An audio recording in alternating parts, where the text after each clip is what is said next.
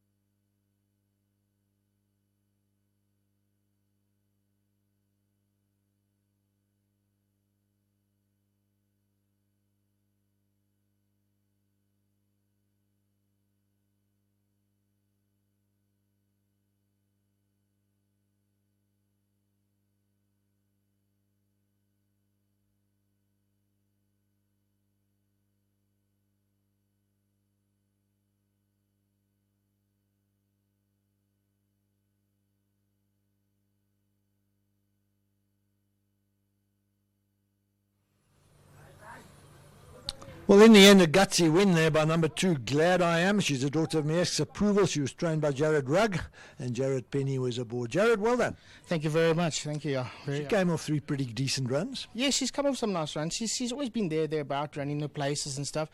She's just been knocking on the door and not getting there. So today was her day, and she was ready for the day, and she was well in it, yeah. Quite light frame. Does she do much work? She doesn't do too much work in that because of her light frame. She's not the best eater, and that she's also you have to look after and stuff in that sense. But she works well, and she does her work. And with her being a sprinter, you don't need to do too much with them anyway. She was still a little bit green there halfway through the race. Yeah, she's just naughty. She's way above herself. Okay. Even sadly, she's bucking and jumping up and down. I don't think it's so much greenness. I just think she's a naughty horse when she gets to races. It's probably the environment she's in, but nothing less said about that. You've got a couple of other runners today, 5 I think in all, 1 or 2 that we may put in for a place or something. Look, today this was my best. I counted this to be my best on the day. If I had to say anything, probably the next race, Mr. Right. If he doesn't need the run, I'm expecting a bit more from him, and hopefully he'll be in the places. The rest will have to come on still and either need the run or it's too short or excuses. But so maybe the next race for place. Well done for this one. Thank you very much. Thank you to Hollywood for their support in that. A big thank you to Jared for riding a cracker in that. And then to the owners, a big thank you to the owners. And I want to give a little shout out to Matthew. Matthew's been with me for about 2.5 years now, and I've never had a winner for him, and he's a partner, so we've got him his winner. And then to the rest, I'm very, very grateful for their support. Thank you. Well said. Thanks. The other Jared coming across to have a word with us. Jared, well done. Thanks very much, Mr. Ely. You had that favourite in your sights there towards your inside throughout.